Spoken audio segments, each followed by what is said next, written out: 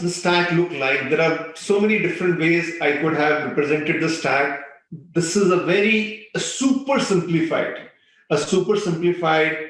way of thinking about the digital stack. 7 elements to it. Don't confuse it with the 7 overall building blocks of digital transformation, but just this building block number 3, which is technology, also has these 7 elements to it.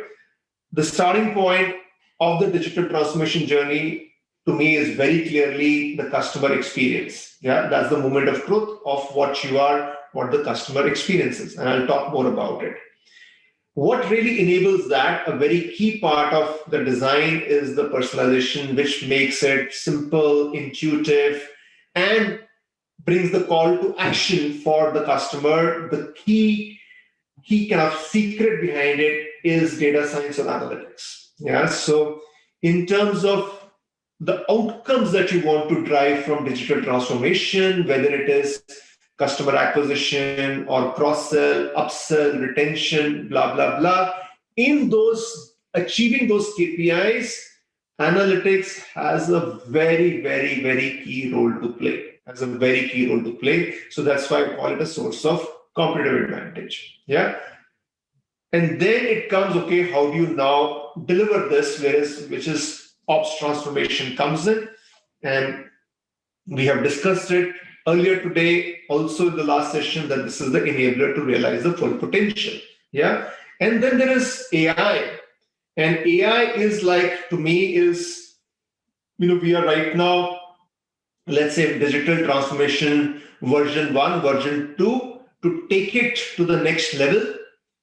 AI is the absolutely key thing, to really realize the opportunity with the real-time data, with the self-learning opportunity. That is where AI really comes in. Okay.